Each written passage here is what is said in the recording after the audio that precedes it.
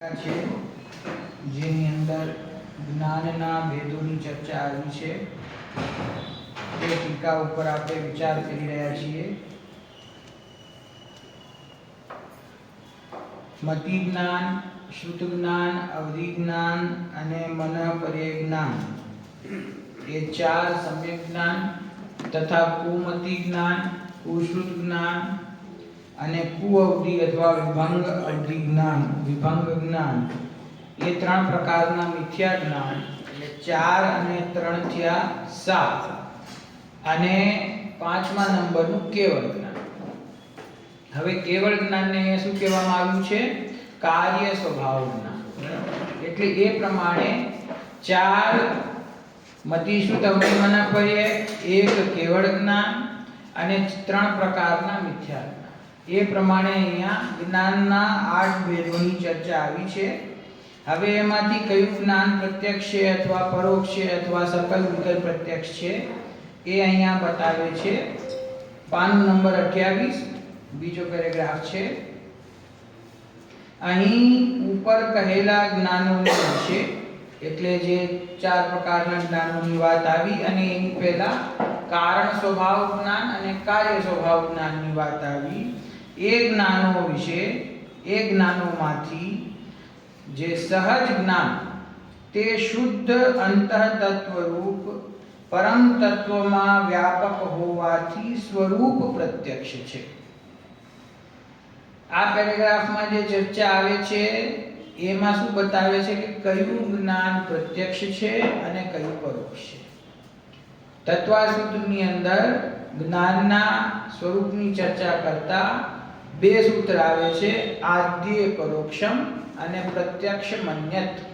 આદ્ય પરોક્ષમ એટલે આદિના બે, પ્રથમ બે એટલે કે મતિ જ્ઞાન અને શ્રુત જ્ઞાન પરોક્ષ જ્ઞાન છે અને પ્રત્યક્ષમ અન્યત, બાકીના જે 3 જ્ઞાન બચ્યા એ ત્રણેય જ્ઞાનો પ્રત્યક્ષ જ્ઞાન છે। બરાબર, એનો જ વિસ્તાર અહીંયા કરે છે।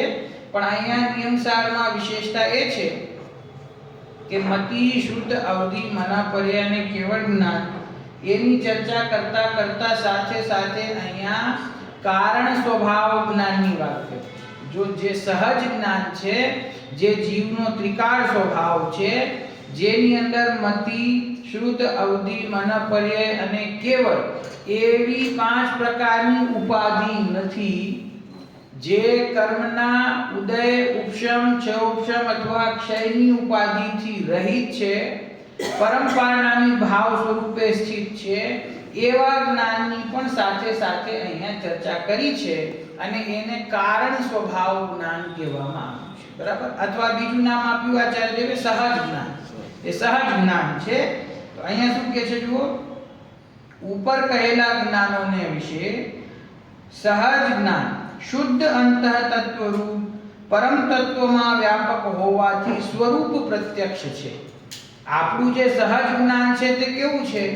તો કે જે પોતાના સ્વરૂપમાં વ્યાપક છે, એ આખા જીવ સ્વભાવમાં, પોતાના દ્રવ્ય સ્વભાવમાં કહો અથવા એમ કહો કે જે દ્રવ્યનું તત્વ છે, જે જીવ દ્રવ્યનો સ્વભાવ છે, જે જીવ દ્રવ્યમાં વ્યાપક છે અને જે કર્મ નિરપેક્ષ છે, શુદ્ધ અંતઃતત્વ રૂપ પરમ તત્વમાં જે મારો ત્રિકાળ સ્વભાવ છે એવા મારા પરમ તત્વમાં વ્યાપક હોવાથી તે સહજ જ્ઞાન સ્વરૂપ પ્રત્યક્ષ છે।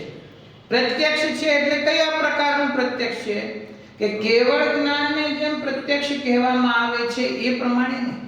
એ કેવળ જ્ઞાનમાં લોકાલોક પ્રત્યક્ષ જણાઈ રહ્યું છે, એ પ્રત્યક્ષ જુદા પ્રકારનું છે। મતિ શ્રુત જ્ઞાન ઇન્દ્રિયને મનના માધ્યમથી જાણે છે, તેથી તે પરોક્ષ છે। અને જે સહજ જ્ઞાન છે તે કેવું છે? તો કે સહજ જ્ઞાન સ્વરૂપ પ્રત્યક્ષ છે। સ્વરૂપની અપેક્ષાએ, સ્વભાવની અપેક્ષાએ, જો નીચે ફૂટનોટમાં આપ્યું છે સ્વરૂપ પ્રત્યક્ષ, 2 નંબરનો ફૂટનોટ, સ્વરૂપે પ્રત્યક્ષ, સ્વરૂપ અપેક્ષાએ પ્રત્યક્ષ, સ્વભાવે પ્રત્યક્ષ। સમજી કે એમાં પોતાનો સ્વભાવ, એનો બીજો અર્થ એમ પણ થાય છે કે જે જ્ઞાનની અંદર પોતાનો સ્વભાવ સદાય કાળ પ્રત્યક્ષ છે આશીર્વાદ. આ 17મી 18મી ગાથાનો સૂર છે કે જેની અંદર પોતાનો આબાળ ગોપાળને અનુભૂતિ સ્વરૂપ ભગવાન આત્મા સદાકાળ અનુભવમાં આવી રહ્યો છે. તો કેવી રીતે આવી રહ્યો છે? કારણ કે જ્ઞાનનો સ્વભાવ જ એવો છે કે તે સ્વરૂપ પ્રત્યક્ષ છે. એની અંદર જો પોતાનું સ્વરૂપ પ્રગટ ના હોય, એ જ્ઞાન જો પોતાના સ્વભાવને પ્રસિદ્ધ ના કરતો હોય, તો પછી એ જ્ઞાનને નાયકનું લક્ષણ કેવી રીતે કહેવાય? લક્ષણ કોને કહેવાય? જે લક્ષ્યને પ્રસિદ્ધ કરે એનું નામ લક્ષણ છે ને. તો જ્ઞાન આત્માનું લક્ષણ છે, તો એ જ્ઞાન કોને પ્રસિદ્ધ કરે? તો કે લોકાલોકને પ્રસિદ્ધ કરે. કે લોકાલોક એમાં પ્રસિદ્ધ થાય છે સહજપણે, જુદી વાત છે. પણ એ લોકાલોકનું લક્ષણ નથી જ્ઞાન, એ લક્ષણ આત્માનું છે. તેથી એ જ્ઞાનમાં પોતાનું આત્મારૂપ લક્ષ્ય એ નિરંતર પ્રસિદ્ધ હોય છે. તો જે સહજ જ્ઞાન છે તે સહજ જ્ઞાન સ્વાભાવિક જ્ઞાન છે, સ્વભાવે પ્રત્યક્ષ જ્ઞાન છે. તેથી જ એને આ પરમ પારણામી ભાવ સ્વરૂપ વસ્તુ છે એમ કે કહ્યું. શુદ્ધ અંતર તત્વ રૂપ પરમ તત્વમાં વ્યાપક છે એમ કહ્યું. કારણ કે એમાં કોઈ પણ પ્રકારના કર્મની સાપેક્ષતા નથી. જો 5 જ્ઞાનોમાં મતિ શુદ્ધને પરોક્ષ કહ્યા, અને અવધિ મન પર્ય અને કેવળ જ્ઞાનને પ્રત્યક્ષ કહ્યા. એ 5 પ્રકારના જ્ઞાનોમાં જ્ઞાનાવરણ કર્મના ક્ષયોક્ષમની અથવા ક્ષયની અપેક્ષાએ એને પ્રત્યક્ષ અને પરોક્ષ કહેવામાં આવે છે. બરાબર છે? અને સહજ જ્ઞાનને જે પ્રત્યક્ષ કહ્યું એમાં એ ક્ષયોક્ષમ અથવા ક્ષયની કોઈ અપેક્ષા છે નહીં. એ પ્રત્યક્ષ છે, એ સ્વભાવથી પ્રત્યક્ષ છે. કર્મની જ્ઞાનાવરણી કર્મનું ક્ષયોક્ષમ થયું તો એ પરોક્ષ થઈ ગયું, અને એનો અભાવ થયો જ્ઞાનાવરણી કર્મનો તો એ પૂર્ણ પ્રત્યક્ષ કેવળ જ્ઞાનરૂપ થઈ ગયું. એ તો પરિણતિમાં જે એની પ્રગટતા છે એની વાત છે. અહીંયા તો સ્વભાવની વાત ચાલી રહી છે કે સહજ જ્ઞાન છે એ સ્વભાવ છે. એ કેવો સ્વભાવ છે? કે પ્રત્યક્ષ છે. કેવો પ્રત્યક્ષ છે? કે સ્વરૂપ પ્રત્યક્ષ છે. સ્વભાવથી જ પ્રત્યક્ષ છે. એમાં કર્મની ઉદય ઉપશમ છે ઉપશમની અપેક્ષા છે. બરાબર? અહીંયા સ્વરૂપ અપેક્ષા એ પ્રત્યક્ષ લખ્યું છે કે એટલે ઈ જે પેલી અપેક્ષાની વાત છે ઈ એમ નહીં ને? કઈ અપેક્ષા? જે આપણે બહારના જે જ્ઞાનાવરણી આદિ જે અપેક્ષા છે એમ અહીંયા સ્વરૂપની પણ અપેક્ષા લાગે એમ વાત? ના ના, અપેક્ષા વર્ડ તો એના સિવાય સમજાવો કયો? સ્વભાવથી પ્રત્યક્ષ એમ કહેવાય. સ્વભાવથી પ્રત્યક્ષ છે. પોતાનો સ્વભાવ એમાં જણાઈ રહ્યો છે એવું પ્રત્યક્ષ જ્ઞાન છે. બરાબર? આગળ કેવળ જ્ઞાન સકળ પ્રત્યક્ષ છે, એટલે કે સંપૂર્ણ પ્રત્યક્ષ છે. એ એકદમ આગમથી સ્પષ્ટ વાત છે કે કેવળ જ્ઞાન પ્રગટ થતા એટલે કે જ્ઞાન એની પરિણતિ પોતાની પૂર્ણ શક્તિએ પ્રગટ થતા એની અંદર કોઈ પણ પ્રકારનું આવરણ બાકી નહીં રહી જતા, જ્ઞાનાવરણ દર્શનાવરણ કર્મનો અભાવ થવાથી જે કાંઈ વિશ્વમાં પદાર્થો છે, એમના અનંત ગુણો છે, એમની અનંતાનંતી પર્યાયો છે, એ કેવળી પરમાત્માના કેવળ જ્ઞાનમાં જણાય. એમાં હવે કોઈ બાધા છે, કોઈ બાધા હવે એની અંદર નથી. તેથી એ કેવળ જ્ઞાન સકળ પ્રત્યક્ષ છે. જગતમાં કોઈ પણ એવો વિષય નથી જે કેવળ જ્ઞાનમાં જણાતો નથી. અને જણાય પણ કેવું? કે પ્રત્યક્ષવત. એ ભલે ભૂતકાળ હોય કે વર્તમાન કાળ હોય કે ભવિષ્યકાળ હોય, એ ત્રણેય કાળો વર્તમાનવત પ્રત્યક્ષવત જાણે કે સામે જે થતું હોય, જે ભવિષ્યમાં જે થયું નથી. તો ભગવાનના જ્ઞાનમાં કેવું જણાય? ઈ દર્પણવત કહ્યું ને, એ દર્પણવત છે. એના જ્ઞાનમાં એ ત્રણેય કાળ ત્રણેય લોકનો પ્રતિબિંબ થાય છે. તો એને જાણવામાં કોઈ બાધા નથી. કોઈ એમ કે જે ભવિષ્યમાં ઘટના ઘટી નથી એને કેવી રીતે જાણે? તો જો ભવિષ્યને અને ભૂતકાળ વયું ગયું એને કેવી રીતે જાણે? તો આચાર્યદેવે એમ કહ્યું છે કે જો ભૂતકાળને અને ભવિષ્યકાળને કેવળ જ્ઞાની પરમાત્મા ન જાણે તો પછી એમના જ્ઞાનને દિવ્ય કોણ કહે? બરાબર. આ દિવ્ય આપણું જ્ઞાન અને એમનું જ્ઞાન, એમાં ફેર શું છે? એ દિવ્ય જ્ઞાન છે કે એની અંદર ત્રણેય કાળ સ્પષ્ટપણે એક જ સમયની અંદર જણાઈ રહ્યા છે. કોઈ વિષય બાકી રહી જતો નથી. કેમ કે જાણવામાં જે બાધા હતી, બાધા શું હતી? જ્ઞાનાવરણ, દર્શનાવરણ. એ આવરણરૂપ જે બાધા હતી તે બાધા હવે દૂર થઈ છે, એટલે આખું વિશ્વ એની અંદર જણાય છે. તેથી તે સકલ પ્રત્યક્ષ છે. રૂપિશ્વ વધેહે, આ તત્વા સૂત્રનું સૂત્ર છે. રૂપિશ્વ વધેહે એટલે કે અવધિ જ્ઞાનનો વિષય સંબંધ રૂપી દ્રવ્યોમાં છે. અવધિ જ્ઞાન કોને જાણે છે એવો પ્રશ્ન કરતા એનો જવાબ આવ્યો રૂપિશ્વ વધેહે. રૂપીષુ અવધેહે એટલે કે અવધિ જ્ઞાનનો વિષય રૂપી પદાર્થમાં છે. અવધિ જ્ઞાનનો વિષય પણ ઘણો મોટો છે, પણ ફેર શું કે માત્ર રૂપી પદાર્થને અવધિ જ્ઞાન જાણી શકે છે, અરૂપી પદાર્થને નહીં. કેવળ જ્ઞાનમાં અને અવધિ જ્ઞાનમાં શું ફેર છે? બે મોટા ફેર. કે એક તો અવધિ જ્ઞાન રૂપી પદાર્થને જાણે છે અને કેવળ જ્ઞાન રૂપી અરૂપી સમસ્ત પદાર્થોને જાણે છે. અવધિ જ્ઞાનમાં દ્રવ્ય, ક્ષેત્ર, કાળ, ભાવની મર્યાદા છે અને કેવળ જ્ઞાનમાં એ કોઈ પણ પ્રકારની મર્યાદા નથી. તો અવધિ જ્ઞાન રૂપી પદાર્થને જાણે છે. રૂપિશ્વ વધે એવું આગમનું વચન હોવાથી અવધિ જ્ઞાન વિકલ પ્રત્યક્ષ છે. કેવો છે? વિકલ પ્રત્યક્ષ. વિકલ કોને કહેવાય? વિકલ એટલે અધૂરું, વિકલ એટલે અપૂર્ણ, અને પ્રત્યક્ષ એટલે ઇન્દ્રિય. પ્રત્યક્ષ એટલે ઇન્દ્રિય અને મનની સહાયતા વગર જાણે છે, અને વિકલ એટલે અપૂર્ણ જાણે છે, સંપૂર્ણ રૂપી અરૂપી સમસ્ત પદાર્થોને જાણતો નથી. તેથી એને શું કહેવાય? વિકલ પ્રત્યક્ષ. અપૂર્ણ છે અને પ્રત્યક્ષ છે. બરાબર? તેના અનંતમાં ભાગે વસ્તુના અંશનું ગ્રાહક જાણનારું હોવાથી મનોપર્ય જ્ઞાન પણ વિકલ પ્રત્યક્ષ છે. મનોપર્ય જ્ઞાન કોને કહેવાય?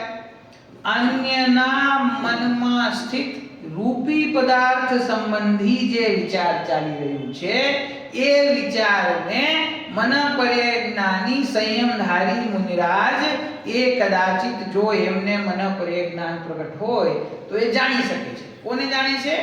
અન્યના મનમાં સ્થિત રૂપી પદાર્થ સંબંધી ચાલતા વિચારને. તો એનો અર્થ એમ થયો કે મનોપર્ય જ્ઞાન પણ સંપૂર્ણ વિષયને લોકાલોકને જાણતું નથી. એક તો રૂપી પદાર્થને જાણે છે અને અન્યના મનમાં સ્થિત એના ચાલતા વિચારને જાણે છે. તો એનો અર્થ છે કે એ પણ અવધિ જ્ઞાનની જેમ વિકલ પ્રત્યક્ષ છે. વિકલ એટલે કે અપૂર્ણ અને પ્રત્યક્ષ એટલે કે ઇન્દ્રિય અને મનની સહાયતા વગર. બરાબર? એક પ્રશ્ન થાય છે કે હરિયન ભગવાનને મન છે તો એમાં મનની શું ભૂમિકા છે? કાંઈ ભૂમિકા નથી. કેવળ જ્ઞાન પ્રગટ થતા મનની કોઈ ભૂમિકા બાકી રહી જતી નથી. જેમ ઇન્દ્રિયો છે પણ ઇન્દ્રિયોથી જાણવાનું કાર્ય બંધ થઈ ગયું. કેમ કે હવે કેવળ જ્ઞાન પ્રગટ થયું. બરાબર. ભાઈ ઇન્દ્રિય જાણે તો મતિ શુદ્ધ જ્ઞાનની પ્રવૃત્તિ થાય. ઇન્દ્રિયોથી જાણો તો મતિ જ્ઞાન શુદ્ધ જ્ઞાન પ્રવૃત્ત થાય. જેમને કેવળ જ્ઞાન પ્રગટ થયું તો એમને મતિ, શ્રુત, અવધિ અને મનોપર્ય ચારે જ્ઞાનની હવે કોઈ ઉપયોગિતા બાકી રહી નથી. બરાબર. એક એવો પ્રશ્ન આવે છે તત્વાસૂત્રમાં કે કોઈ પણ જીવને ઓછામાં ઓછા જ્ઞાન હોય તો કેટલા હોઈ શકે અને વધારામાં વધારે જ્ઞાન હોય તો કેટલા હોઈ શકે? વિચાર કરો. ઓછામાં ઓછા હોય તો 2 મતિ અને શ્રુત, અને વધારામાં વધારે હોય તો 5. કેવડી પરમાત્મા છે, મતિ, શ્રુત, અવધિ, મનોપર્ય અને કેવળ પાંચે જ્ઞાન છે કે નહીં? અને સંસારી જીવ છે એને મિનિમમ 2 તો હોય ને, મતિ અને શ્રુત. 2 આન્સર ખોટા છે. ઓછામાં ઓછું જ્ઞાન હોય તો 1 કેવળ જ્ઞાન. જેને કેવળ જ્ઞાન પ્રગટ થાય એને બાકીના 4 જ્ઞાનોનો અભાવ થઈ જાય છે. કેમ કે ત્યાં હવે કોઈ ઉપયોગિતા, ત્યાં આવશ્યકતા છે નહીં. તો ઓછામાં ઓછું હોય તો 1 અને વધારામાં વધારે હોય તો 4, 5 નો થાય. જે મનોપર્ય જ્ઞાનધારી મુનિરાજ છે અને એમને કદાચ અવધિ જ્ઞાન પણ હોય, મનોપર્ય જ્ઞાન હોય, તો મતિ જ્ઞાન, શુદ્ધ જ્ઞાન, અવધિ જ્ઞાન અને મનોપર્ય જ્ઞાન એ ચાર જ્ઞાન ઉત્કૃષ્ટ સંયમધારી મુનિરાજને હોઈ શકે છે, અને ઓછામાં ઓછા હોય તો કેવળી પરમાત્માને એક કેવળ જ્ઞાન હોય છે, અને સંસારી જીવોને મતિ અને શુદ્ધ એવા બે જ્ઞાન પ્રગટ છે. તો સમજાવવા એમ માંગુ છું કે તમે કહ્યું કે ઇન્દ્રિયો છે અનંત પરમાત્માને, તો ઇન્દ્રિય છે, મન છે, તો એનું કાર્ય શું? કે એ બધાનું કાર્ય તો અપૂર્ણપણે જાણવાનું છે, અને અનંત પરમાત્માને કેવળ જ્ઞાન થયું, તેથી અપૂર્ણ જાણવાની કોઈ જરૂર જ નથી. આખું વિશ્વ જ્યારે એક સમયમાં દર્પણવત જણાઈ રહ્યું છે, તો કોઈને અપૂર્ણ શું કરવા જાણે? બરાબર છે. તેથી એનો એ તો જે દ્રવ્યેન્દ્રિય છે એ તો મનુષ્ય શરીર જ્યાં સુધી છે, આયુષ્ય છે, તો આંખ, નાક, કાન, મન એ તો રહેવાના જ, પણ એનું હવે કોઈ કાર્ય બાકી રહી જતું યોગના કંપનના લીધે એ રહી જાય ના. એમ નહીં, તો જ્યાં સુધી મનુષ્ય શરીર છે ત્યાં સુધી ઇન્દ્રિય અને મન તો રહેશે ને, ક્યાં હોઈ જશે? પણ એનું કાર્ય કઈ હવે બાકી રહ્યું નથી. મતિ જ્ઞાન અને શુદ્ધ જ્ઞાન બંને પરમાર્થથી પરોક્ષ છે અને વ્યવહારથી પ્રત્યક્ષ છે. એ શું કહે છે કે પરમાર્થથી પરોક્ષ છે, એટલે કે ખરેખર તો મતિ અને શુદ્ધ ઇન્દ્રિય અને મન દ્વારા એની પ્રવૃત્તિ થાય છે, તેથી તે છે તો પરોક્ષ છે, છતાં પણ લોક વ્યવહારમાં એને સામવ્યવહારિક પ્રત્યક્ષ કહેવામાં આવે છે. સામવ્યવહારિક પ્રત્યક્ષ કોને કહેવાય? કે કોઈ વાત કરે છે અને આપણે સાંભળી, ભાઈ તમે મને આવીને કહ્યું કે આશીષભાઈ આ રીતે વાત કરતા હતા, તો હું એમ કહું કે ના ના વાત બરાબર નથી, તો તમે શું કહો? અરે મેં તો મારા કાને પ્રત્યક્ષ સાંભળી છે, મેં મારી આંખે પ્રત્યક્ષ જોયું છે. તો તમે પ્રત્યક્ષ જોયું છે ને, જે થઈ રહ્યું છે અથવા જે વાત થઈ રહી છે એ પ્રત્યક્ષ સાંભળી છે, તો એને તમે શું કહો? પ્રત્યક્ષ. એટલે હું સાક્ષાત ત્યાં મોજૂદ હતો, એટલે આ પ્રામાણિક વાત છે. કેમ કે મેં પ્રત્યક્ષ સાંભળી છે. એને વ્યવહારથી પ્રત્યક્ષ કહેવાય. તમે જે તમારી આંખેથી પ્રત્યક્ષ જોયું છે એ પ્રત્યક્ષ નથી, પરોક્ષ છે. કેમ કે તમે આંખેથી જોયું છે. જે ઇન્દ્રિયની સહાયતાથી જોવામાં આવે છે તે પરોક્ષ છે. જ્ઞાનનો સ્વભાવ કેવો છે? જ્ઞાનનો સ્વભાવ પ્રત્યક્ષ છે, પણ મતિ શુદ્ધ જ્ઞાનની પરાધીન પ્રવૃત્તિ હોવાથી, જ્ઞાનાવરણ દર્શનાવરણી કર્મનો ક્ષયક્ષમ વર્તમાનમાં હોવાથી જીવ જે કાંઈ ઇન્દ્રિય અને મનના માધ્યમથી જાણે છે તે સમસ્ત જાણવું પરોક્ષની શ્રેણીમાં છે, એમાં પ્રત્યક્ષ નથી. ડાયરેક્ટ આત્માથી જાણે તો એને પ્રત્યક્ષ કહેવાય, અને ઇન્દ્રિય અને મનથી જાણે તો એને પરોક્ષ કહેવાય. સમજી ગયા? તેથી જે મતિ જ્ઞાન અને શુદ્ધ જ્ઞાન છે એ ખરેખર તો પરોક્ષ જ છે, છતાં પણ લોક વ્યવહાર અર્થે એને પ્રત્યક્ષ કહેવામાં આવે છે. પ્રત્યક્ષ છે ને, બે રીતે થાય ને. એક તો કોઈની વાત કોઈએ ત્રીજાએ મને કહી, તો આપણે એમ કહીએ કે મને ડાયરેક્ટ તો નથી ખબર, પણ આ વ્યક્તિએ મને કહી, તો એ પરોક્ષ થઈ ગયું. અને કોઈ એમ કે મેં પ્રત્યક્ષ સાંભળી, તો પ્રત્યક્ષ થયું. ફરક છે ને બેમાં. પણ અહીંયા આગમની જે અપેક્ષા છે તે એમ કહે છે કે આત્મા સ્વયં જ્ઞાન સ્વભાવ છે. એની અંદર કોઈની પરાધીનતા વગર, કોઈની સહાયતા વગર સમસ્ત વિશ્વને જાણવાની શક્તિ સ્વયંની છે. છતાં પણ કર્મના ઉદયથી, જ્ઞાનાવરણ દર્શનાવરણ કર્મનો ઉદય હોવાથી એમાં જોડાઈને ઇન્દ્રિય અને મનના માધ્યમથી જ જીવ જાણી શકે છે વર્તમાનમાં. ઇન્દ્રિય અને મન ના હોય તો જાણી ના શકે. જેમ કે એક ઇન્દ્રિયથી લઈને સંજ્ઞ પંચેન્દ્રિય સુધીના જીવો છે, તો જે જીવને એક ઇન્દ્રિય પ્રગટ છે, માત્ર એક સ્પર્શન ઇન્દ્રિય મળેલી છે, બરાબર, એ જીવ એ આંખના વિષયને દેખી શકે કે ના દેખી શકે? એને જાણી શકે કે ના જાણી શકે? તમે સમજાવો શું કહું છું? જેને સ્પર્શન અને રસના બે ઇન્દ્રિયો છે, ઘ્રાણ ઇન્દ્રિય નથી, તો ઘ્રાણ ઇન્દ્રિયનો વિષય છે એને જાણી શકે કે ના જાણી શકે? ન જાણી શકે.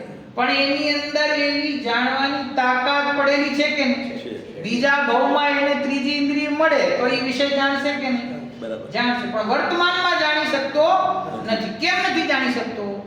કેમ કે એને એ પ્રકારનો નિમિત્ત નૈમિત્તિક સંબંધ છે. નામ કર્મનો ઉદય એવો છે કે એને બે ઇન્દ્રિય રૂપ શરીર મળેલું છે, સાથે મતિ શુદ્ધ જ્ઞાનની એવી પરાધીન પ્રવૃત્તિ છે કે એ બે ઇન્દ્રિય સંબંધિત એને જ્ઞાનનો ક્ષયોક્ષમ વર્તમાનમાં પ્રગટ છે. તેથી ત્રણેય લોકને જાણવાનો સ્વભાવ હોવા છતાં પણ માત્ર બે ઇન્દ્રિય સંબંધી વિષયને જ જાણી શકે છે. બરાબર છે? તો એ પ્રમાણે મતિ જ્ઞાન અને શુદ્ધ જ્ઞાન એ છે તો ખરેખર પરોક્ષ, પણ આ લોક વ્યવહાર અર્થે એમને આ ઇન્દ્રિયથી જ્યારે આપણે જોઈએ છીએ, સાંભળીએ છીએ, સ્પર્શ કરીએ છીએ, ત્યારે આપણે એમ કહીએ કે આ મેં પ્રત્યક્ષ મેં આનો અનુભવ કર્યો.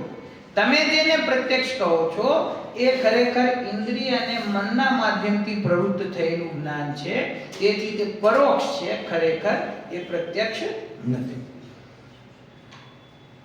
વળી વિશેષ એ, હવે આમાં વિશેષ વાત શું છે કે ઉક્ત ઉપર કહેલા જ્ઞાનોમાં, એટલે આ 8 પ્રકારના જે જ્ઞાનોની ચર્ચા આવી એમાં સાક્ષાત મોક્ષનું મૂળ નિજ પરમ તત્વમાં સ્થિત એવું એક સહજ જ્ઞાન જ છે. આ 8 જ્ઞાન થયા તો કે 8 જ્ઞાનમાંથી મોક્ષનું કારણ કોણ છે? તો કે જે એક જ જ્ઞાન એવું છે જે મોક્ષનું કારણ છે. કયું? કે 8 જ્ઞાનોથી જુદું જે સહજ જ્ઞાન છે એ મોક્ષનું કારણ છે. બરાબર. શું કહ્યું? મતિ જ્ઞાન, શુદ્ધ જ્ઞાન નહીં, અવધિ જ્ઞાન, મન પર્ય જ્ઞાન નહીં, અને કેવળ જ્ઞાન પણ નહીં. કેવળ જ્ઞાન તો ફળ છે, કેવળ જ્ઞાન તો કાર્ય સ્વભાવ છે. એની જ વાત થઈ રહી છે. એ પ્રગટ કેવી રીતે થાય?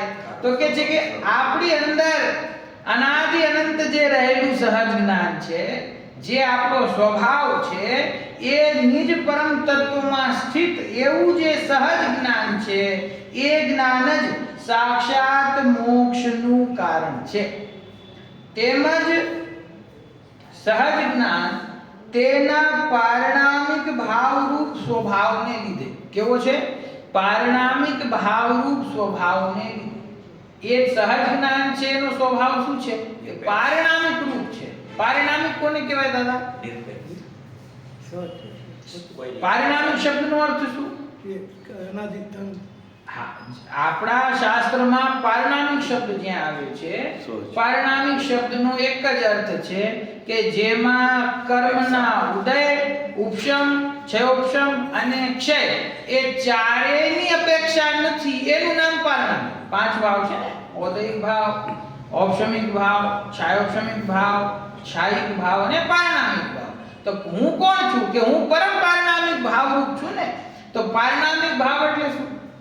પારણામિક ભાવ એટલે કર્મના ઉદયથી મારું જ્ઞાન નથી.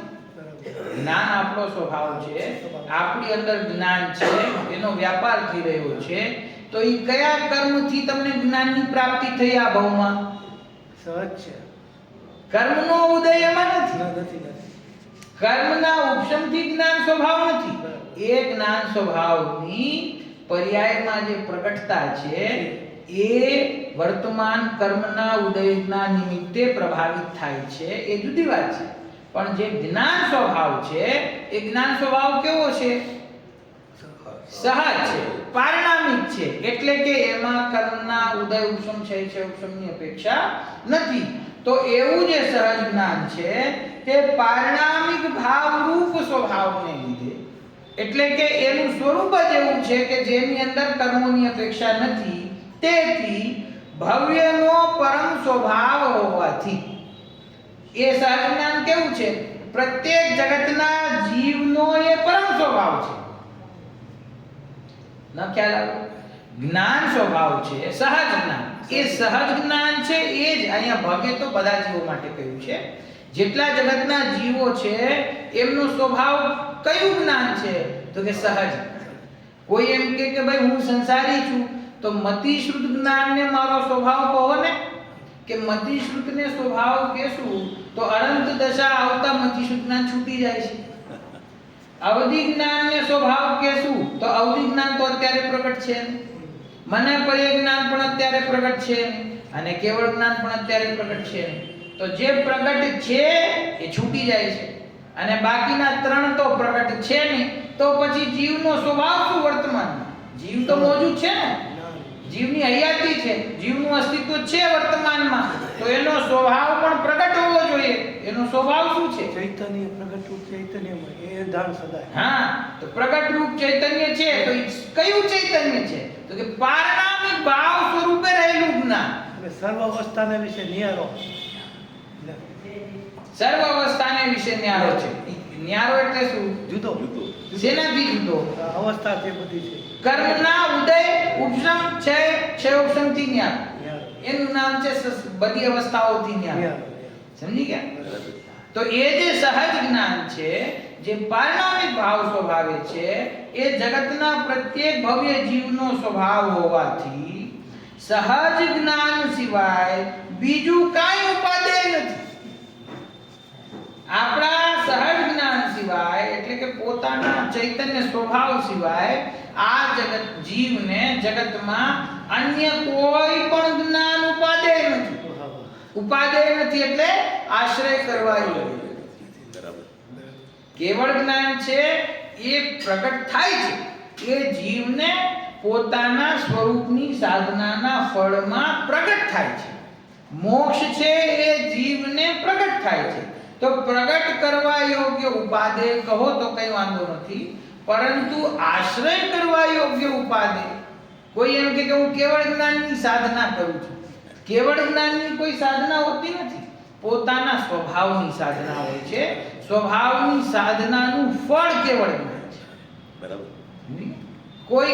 કોઈ કે હું અવધિ જ્ઞાન પ્રગટ કરવા માટે હું સાધના કરું છું, એવી કોઈ સાધના આપણા ધર્મમાં બતાવી નથી. અવધિ જ્ઞાન ઉપાદેય નથી, મનઃપર્ય જ્ઞાન ઉપાદેય નથી, અને કેવળ જ્ઞાન પણ ઉપાદેય નથી. ઉપાદેય એટલે આશ્રય કરવા. આશ્રય કરવા યોગ્ય કોણ છે? પોતાનું સહજ જ્ઞાન, જે સહજ સ્વાભાવિક જ્ઞાન છે, પારણામિક ભાવ સ્વરૂપે રહેલું જ્ઞાન છે, ત્રિકાળ જ્ઞાન છે, જેની અંદર માત્ર જાણવું એ પણ કેવું? કોઈ પણ કર્મની સાપેક્ષતા વિના. એવું જે મારું જ્ઞાન છે એ જ મારો સ્વભાવ છે, એ જ મને ઉપાદેય છે. એના સિવાય કોઈ પણ જ્ઞાનના ભેદો છે એ મારા માટે ઉપાદેય નથી. એ તો બધી જે છે એને તો શું કહેવામાં આવે છે કે એ ઉપાધિ છે. આ મતિ શુદ્ધ અવધિ મનઃપર્ય ને કેવળ જ્ઞાન એ તો જ્ઞાનની ઉપાધિ છે, અને જ્ઞાનનો સ્વભાવ કેવો છે? નિરુપાધિ. ઉપાધિથી રહિત એવો એનો સ્વભાવ છે.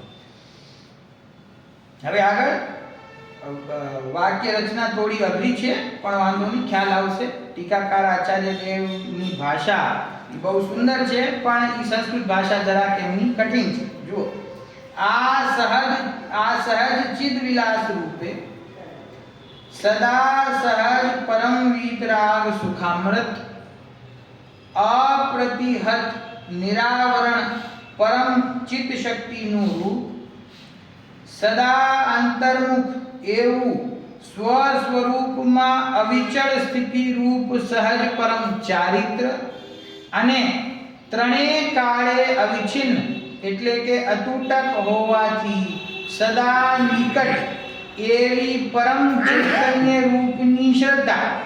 આ શું કહ્યું આ ચાર વાક્યોમાં?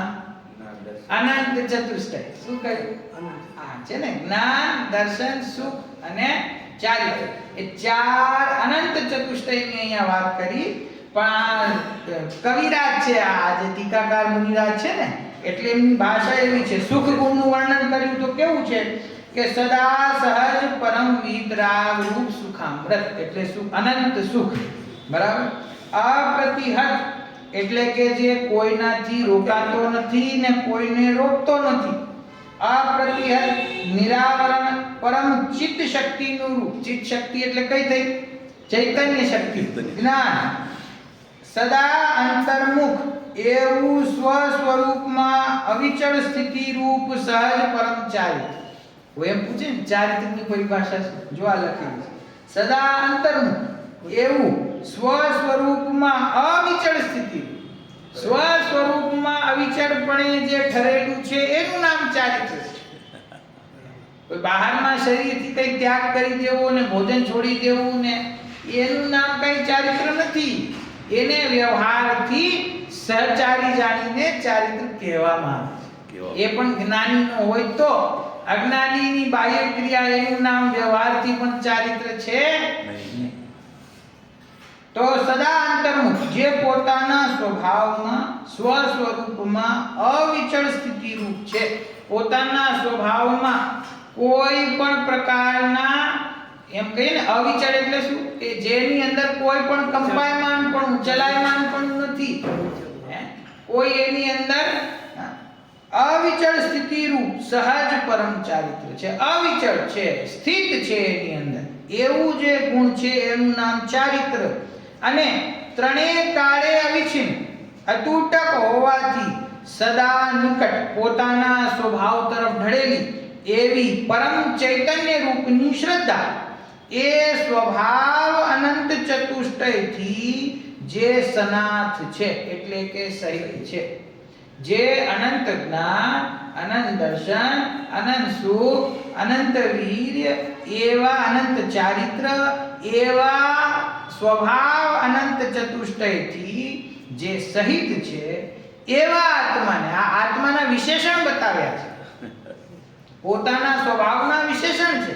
આ અનંત ચતુષ્ટય કોને પ્રગટ થાય છે? ભગવાનને. ભગવાનને પ્રગટ થાય છે, પણ સ્વભાવમાં કોના રહેલા છે? પ્રત્યેક જીવના. આ અનંત ચતુષ્ટય એટલે અનંત પરમાત્માની વાત નથી, એમને તો પ્રગટ થયા. તો પ્રગટ ક્યાંથી થયા? સ્વભાવમાં હતા તો પ્રગટ થયા ને. તો મારો સ્વભાવ કેવો છે કે જે આવા અનંત ચતુષ્ટયથી સહિત છે એવા આત્માને હજી એક વિશેષણ આપે છે, અનાથ મુક્તિ સુંદરીના નાથને. આત્મા કેવો છે? અનાથ મુક્તિ સુંદરીનો નાથ, કે જે મુક્તિ સુંદરી છે એનો પણ જે નાથ છે, એનો પણ જે સ્વામી છે, એ મુક્તિ સુંદરી પણ જેના પગે લાગે છે, એમ કહીએ. બે પ્રકારની ઉપમાઓ આવે. એક તરફ એમ આવે કે મુક્તિ સુંદરીનું વર્ણન કરે છે, બરાબર ને? પછી તો મુક્તિ સુંદરીના વર્ણન માટે કોણ પ્રયત્ન કરે? કે આ જીવ પ્રયત્ન કરે, પુરુષાર્થ કરે તો મુક્તિ સુંદરીનો વર્ણન થાય. અહીંયા એમ કે છે કે અનાથ મુક્તિ સુંદરીનો નાથ છે, એ મુક્તિ સુંદરી જેનું વર્ણન કરે છે. હું મુક્તિ સુંદરીનું વર્ણન કરું છું કે મુક્તિ સુંદરી મારું વર્ણન કરે છે? મહિમાવાચક છે. ખાલી મહિમા કોનો કરવો? મુક્તિ સુંદરીનો મહિમા કરવો કે પોતાના જીવ રાજાનો મહિમા કરવો, એની વાત છે. બરાબર છે. કે જેની પાસે અનંત ચતુષ્ટય સ્વરૂપ શક્તિ છે, તો ઈ કોની પાસે ઝૂકવા જાય? એની સ્વયં અનંત ચતુષ્ટયથી સહિત છે, અને જગતમાં જેને ઉત્કૃષ્ટ માનવામાં આવે છે એવી સિદ્ધ દશા, એવી મુક્ત સુંદરી, એ સિદ્ધ દશાનો પણ જે સ્વામી છે, એ સિદ્ધ દશા પણ જેને પ્રગટ થાય છે, એવો આ જે આત્મા છે તે આત્માને ભાવવો, એની ભાવના કરવી, એની સાધના કરવી. આ ત્રણેયકાળથી અનાદિ છે એની વાત આવી ને, જે સિદ્ધ કરતા હોય અનાદિથી ત્રણેયકાળ છે. હા, એટલે સિદ્ધ દશા છે. સિદ્ધ દશા તો દશા છે, દશા છે. એ તો નવીન પ્રગટ થયેલી પરિણતિ છે. અને એ કોના આશ્રય પ્રગટ થાય છે? ત્રિકાળ. પોતાના ત્રિકાળ સ્વભાવને આશ્રય, પરમ પારમાર્થિક ભાવને આશ્રય પ્રગટ થાય છે. તો મહિમા કોનો કરવો? અહીંયા કઈ ભાવવો, કોને ભાવવો? કે એવા પોતાના આત્માને ભાવવો. કેવો આત્મા? કે જે અનંત ચતુષ્ટયથી સહિત છે. એવા અનંત ચતુષ્ટયથી સહિત મુક્તિ સુંદરીના નાથને ભાવવો.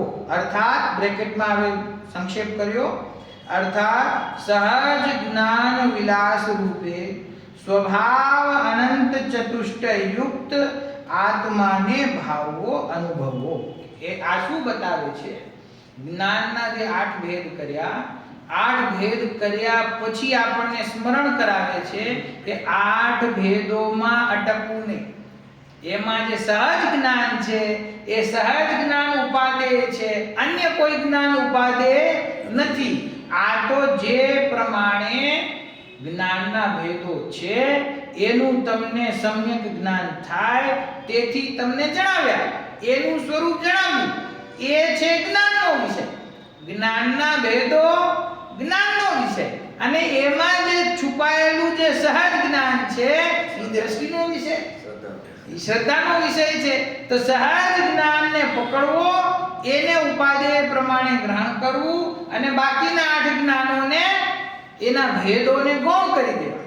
જો એ ભેદમાં અટકશે, આ મતિ જ્ઞાન, આ શુદ્ધ જ્ઞાન, આ અવધિ જ્ઞાન, આ કેવળ જ્ઞાન, તો એનો અર્થ છે કે એનો ઉપયોગ હજી ભેદોમાં રોકાયેલો છે, તો એને પોતાના સ્વરૂપની પ્રાપ્તિ નહીં થાય. તો પરમ સ્વભાવમાં સ્થિત, પરમ પારણામિક ભાવ સ્વરૂપે જે સ્થિત છે, એટલે કે કર્મની સાપેક્ષતાથી રહિત છે, ત્રિકાળ પ્રગટ છે, સ્વરૂપ પ્રત્યક્ષ છે, એવું જે સહજ જ્ઞાન છે એનો આશ્રય કરતા, એટલે ખરેખર તો એ જ્ઞાન અને પોતાનો આત્મા તે અભેદ છે, એવા પોતાના આત્મ સ્વભાવનો આશ્રય કરતા આ જીવ મુક્તિ સુંદરીનો નાથ બને છે, એટલે કે સિદ્ધ દશાને પ્રગટ કરે છે. અને જે અનંત ચતુષ્ટયથી સહિત છે એવો પોતાનો જે જીવ રાજા છે એનો અનુભવ કરવો, એની ભાવના કરવી, એની સ્થિરતા કરવી, એ જ અહીંયા ઉદ્દેશ છે. આમ સંસાર રૂપી લતાનું મૂળ છેદવાને દાતરડા રૂપ આ ઉપન્યાસથી બ્રહ્મોપદેશ કર્યો. શું કહે છે? આ પ્રમાણે સંસાર રૂપી વૃક્ષના મૂળને છેદવા માટે દાતરડા, કોને કે દાતરડો હોય ને, હા, દાતરડા રૂપ આ ઉપન્યાસથી, ઉપન્યાસ શબ્દ આવ્યો, ઉપન્યાસનો અર્થ શું? આ કથન, આ જ્ઞાનના ભેદોનું અહીંયા જે કથન કર્યું છે, સૂચન કર્યું છે, લખાણ કર્યું છે, આ પ્રસ્તાવના બાંધી છે. આ પ્રસ્તાવના કેવી છે કે આ કોઈ હળવી પ્રસ્તાવના નથી. કેવી છે કે આખા સંસાર રૂપી વૃક્ષના મૂળને છેદવામાં સમર્થ દાતરડા રૂપ આ પ્રસ્તાવના છે. એનાથી અમે આ બ્રહ્મોપદેશ કર્યો છે, એટલે કે સ્વરૂપની વાત, તત્વની વાત અમે અહીંયા કરી છે. આ પ્રમાણે અહીંયા સુધી આ ગાથાઓમાં જ્ઞાનના ભેદોની ચર્ચા આવી. 4 પ્રકારના સ્વભાવ, કેવા છે 4 પ્રકારના જ્ઞાનો? વિભાવ, સમ્યક વિભાવ. કેવા છે? સમ્યક વિભાવ. વિભાવ કેમ કહ્યા કે અપૂર્ણ છે, સમજી ગયા? અને સમ્યક કેમ કહ્યા? કેમ કે સમ્યક દ્રષ્ટિનો હોય છે. પછી વિભાવ જ્ઞાનની વાત આવી, એમાં કુમતિ, કુશ્રુત અને કુઅવધિને લીધા. અને પછી સહજ જ્ઞાનના 2 ભેદ કર્યા, એક તો કારણ સ્વભાવ જ્ઞાન અને કાર્ય સ્વભાવ. કાર્ય સ્વભાવ જ્ઞાન એટલે કે કેવળ જ્ઞાન, અને કારણ સ્વભાવ જ્ઞાન એટલે કે પોતાનો સહજ સ્વભાવ જે છે પરંપરાનામિક ભાવે રહેલો, એની વાત. આ પ્રમાણે આ જ્ઞાનના સમ્યક અને મિથ્યા સર્વ ભેદોની ચર્ચા અહીંયા આવી. હવે અહીંયા કળશ આવશે, અને કળશ પછી ફરીથી આવી હજી દર્શનો ઉપયોગ બાકી રહી ગયું છે. જ્ઞાન ઉપયોગની ચર્ચા થઈ, હવે પછી દર્શનો ઉપયોગ, એના કેટલા ભેદો છે, સ્વભાવ અને વિભાવ, કારણ અને કાર્ય. એમાં પણ દર્શનો ઉપયોગમાં પણ આચાર્ય દેવે કારણ દર્શન અને કાર્ય દર્શનની ચર્ચા કરી છે. એ હવે આપણે કાલે લઈશું, અત્યારે સમય થઈ ગયો છે.